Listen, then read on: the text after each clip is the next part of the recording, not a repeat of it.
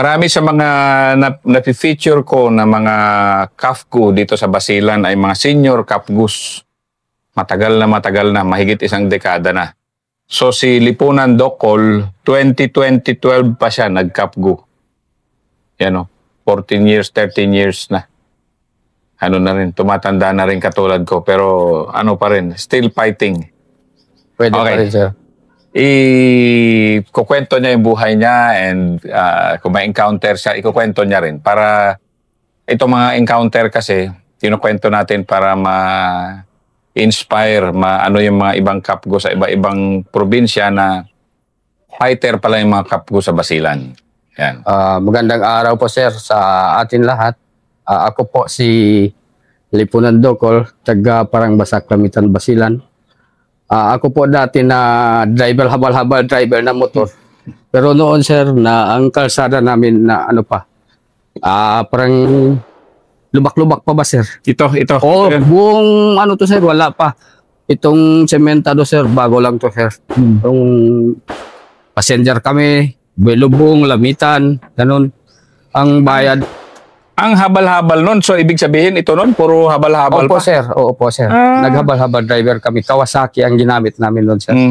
Tapos, kahit saan ka punta dito, sir, sa Basilan, mula 2000, naghabal-habal driver na ako. Patay rin ang naabot mo dyan sa mga kalsada, ambusan, girahan. Kaya no. Dahan-dahan nga, ikwento. Dahan-dahan mo ikwento nga para mainti. Ganon katindi. Ay, ganon katindi po dito sa Basilan. Mula noon, pag may passenger, magpahatid doon, magkasundo kayo, mga 500, maluso, patayan yan. Kung dito ka dadaan, sumisip, pwede man, mga magandang, mabuti na kung mga magpunta ka sa Maluso isang araw na walang patayan dyan sa daanan. Sandali muna, matindi naman masyado tong kwento mo. Ganun talaga yun nun? Oo, ganun nun, sir.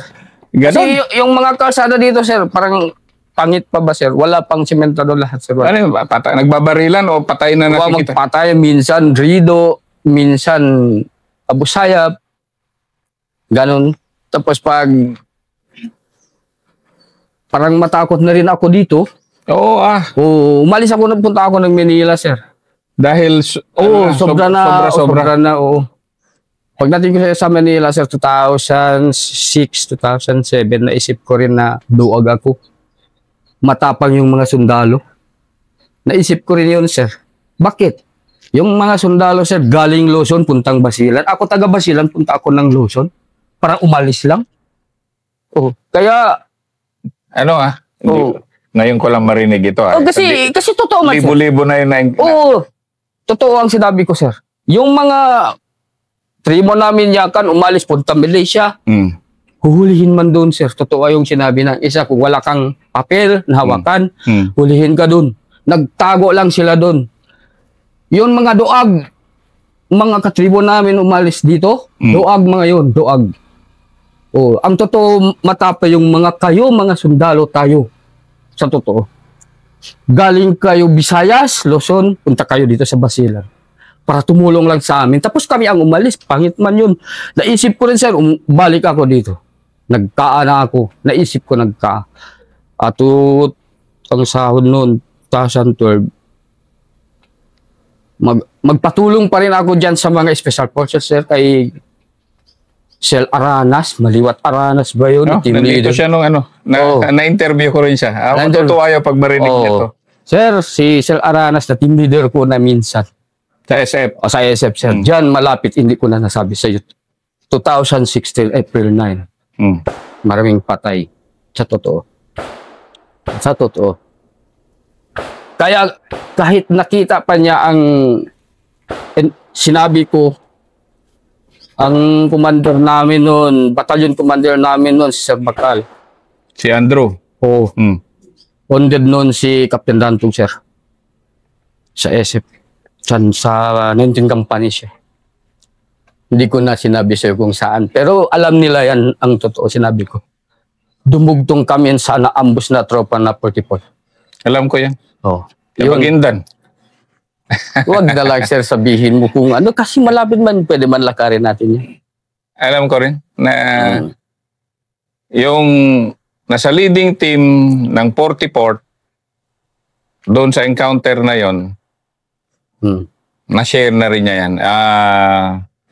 Yung armor, yung bakal doon, yung driver ng armor na yon, na-interview ko na rin. Nagkaputol-putol mga ano niya doon. Si Master Personal, yung medic, na nagbuhat-buhat, na-interview ko na rin. Si Captain Noblesa, si Jeff, nakasama nyo doon. Kaya pwede mong ikwento. Huwag mo lang sabihin kung... kasi wala namang ano doon eh. Ang ambush doon, sir, 6 a.m. Ang ambush doon. Sige lang putok mga 1 o'clock. Dali mo na. Sige Pwede itanong mo sa kanila, sir. Itanong mo sa kanila. Na-interview ko na lahat sila. Baka sabi mo, sir, pag sinungali, sinabi mo yung kung mapahamak kayo, huwag mong sabihin ng totoo. Ayoko nagsinungali. Hindi naman.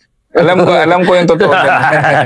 So, isa ka pala doon. Oo, nakasali kahit sa ano na lang, sa likod na lang. Nasa likod kayo. Yung 44, alam ko yan, 44, ang nasa harap. Alam ko kung ilan yung patay. Dugtong yan dyan, dugtong. So, anong naramdaman mo noon? Medyo... Yung iba, sir, nakatae. Kasama ko, ako, sir, hindi.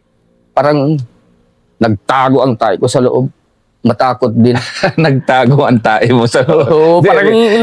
Ganito kwentong Sige nga, ikwento mo nga ang mga pangyayari. Mahirap na, sir.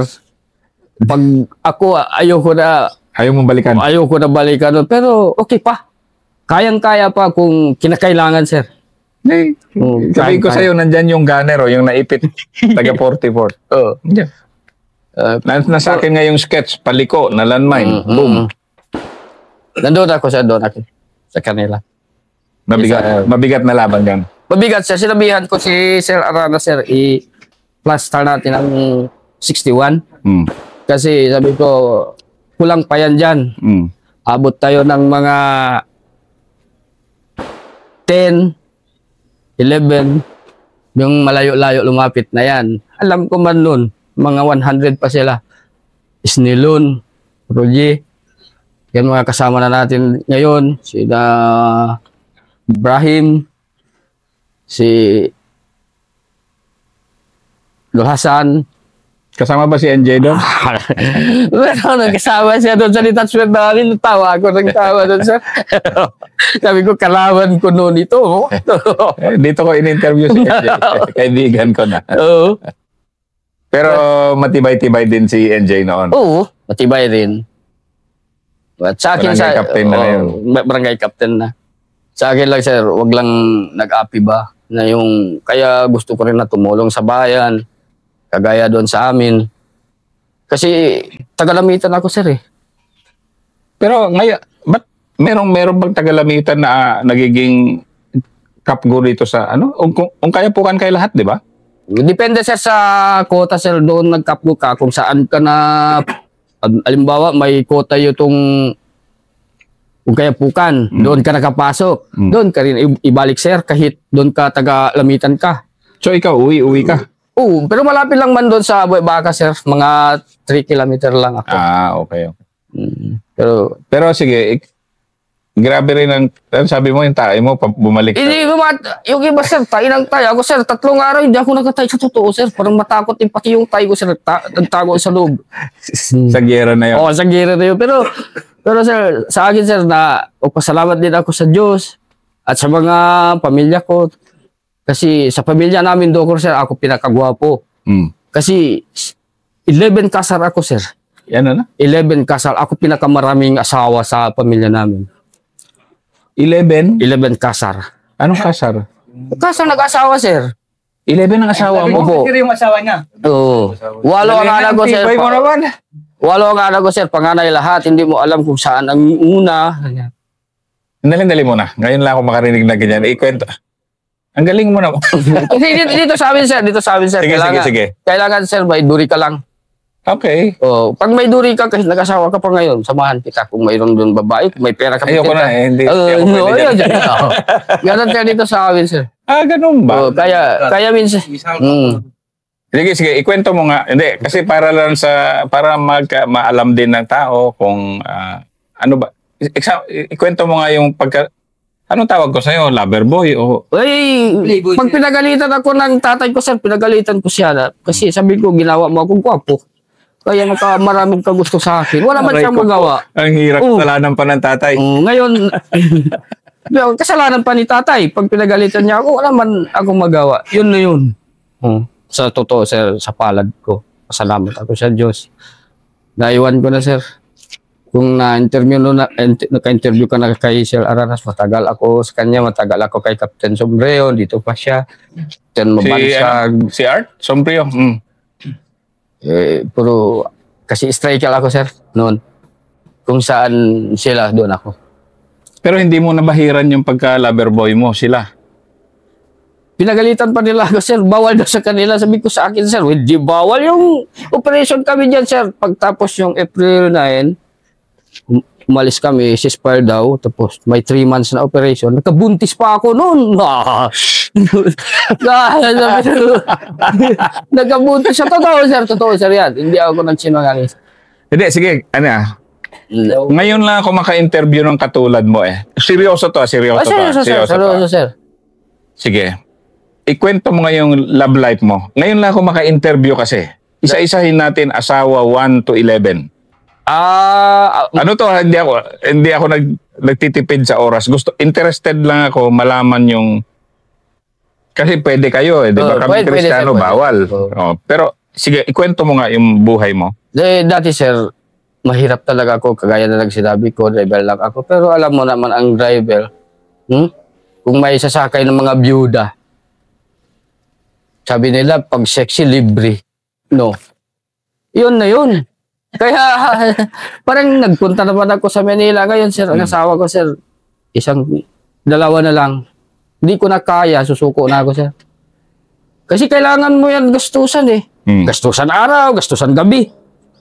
Di sandali, ngayon, ilan ang asawa mo na? Dalawa na lang, sir. Kasi 50 years old na ako. Pero hindi pa ako susuko, sir. Kahit labanan saan, hindi pa ako susuko. Laban sa damuhan, kung kinakailangan, pwede pa rin, sir. Pero, ano yung pagkakataon na pinakamaraming asawa mo na sabay-sabay? 2006, sir. 2007, 2008, 2009, 2010. Ilan? 6. Sabay-sabay? Oo, sabay-sabay. Ngayon lang kasi ako makarinig Meron yan, sir. Kahit makatanong ka rin sa iba, meron yan. May isang bahay. Yung 6, isang bahay lang? Dalawa sila. Isang bahay, dalawa. Isang bahay, dalawa. Pero kailangan gastusan mo yun. Sabi na lang, pag may bigas, kailangan may matigas. Yun. Ngayon lang ako napapatawa. No, hindi totoo ba, sir? Kasi sabi, sir, sa totoo, bawal nagsinungaling. Kasi yung kadre ko, sir, si Sir Bagiran, sir. Kasi isang araw, iba ang asawa ko papasok sa detachment. Sabi niya, halika nga dito. Pwede ba yun? Na isang araw, sir, dalawang papasok. Sabay. Ano sabi ko, sir, pwede dito sa amin, sir? Pwede. Ganun ba yun? Nandiyan ba si Sir Bagiran? Oo, sabihin. Wala man patasawa. Kaya sabi ko, magpasalamat din ako sa Diyos na sa totoo tungkol sa mga interview mo, sir. Salamat din sa iyo. Marami pa tayong kasama gusto rin magpa-interview. Sa palad natin, sir. Sa totoo, ang sinabi ko, totoo naman yung lahat. Kahit sinabi pa nila, Muslim man ako, Christian kayo. Pero sa totoo, matapang kayo kaysa amin. Bakit? Hindi, huwag mo sabihin yan. Baka magalit yung Hindi kapwa sila mo magalit, yakan. totoo yun. Magalit yung kapwa mo yakan sa'yo. Hindi. Kasi hindi kami nagpunta sa Luzon, nagdala ng baril doon. Kayo ang magpunta dito.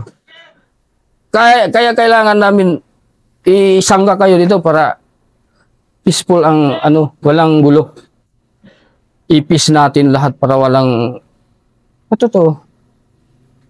Pag walang tropa dito, iwan ko kung anong nangyari dito sa Basilan. Ganun ba? Hindi, sige. Real talk tayo. Kung walang sundalo dito sa Basilan, kung kayo-kayo lang, talagang hindi. Ay, wala. Magpatayan. Matapang mga taga-Basilan, magpinsan, magkapatid, mag-agawan sa lupa. Kaya sabi ko sa mga anak ko, ibenta ko ng lupa ko lahat. Mabuti pa utang iniwan ko sa inyo. wag lupa para wala kayong makagawan. May kamay nun kayo, sarili yung kamay hanap buhay kayo. Kasi marami ako nakita dyan na nagpatayan dahil sa lupa, dahil sa yaman. Totoo, sir. Doon talaga. Doon, sa lupa pa rin nag-ano? Oo, sa lupa. Tapos next, sa politiko. Kahit nagkapatid, magpatayan dahil sa politiko. Ayoko rin sa mga ganyan, sir. Kung nagkapatid, magpalit-palitan na lang ba kung pwede para walang gulo. Sa Rido, meron din. Meron din. Kagaya sa detachment namin. Nagbakbakan, malapit lang man, sir. Minsan, sobra na yung M23 sa amin. Pero pasalamat din ako doon. Ako ang post commander doon. Ang kadre ko noon, si Childress. Aywan ko kung saan na nagtago. Malapit lang man, sir. Mga 150 meter lang pagbakbakan nila. Mga 50 M23 na kaputok. Magagaling din. Yung civilian lang inano namin sa loob. Itago lang namin sa loob para safe. Pero may on-dead pa rin civilian. Itago namin doon sa loob. Kaya yung pagpasalamat din ako sa mga 45. Tumulong din yung pag-ayos na sila, sir. Okay na. So, dalawa na lang asawa mo ngayon? Dalawa na lang, sir. Pag magkapera ako, sir, baka dagdagan pa isa. Tama na. Maraming salamat. Maraming salamat, sir.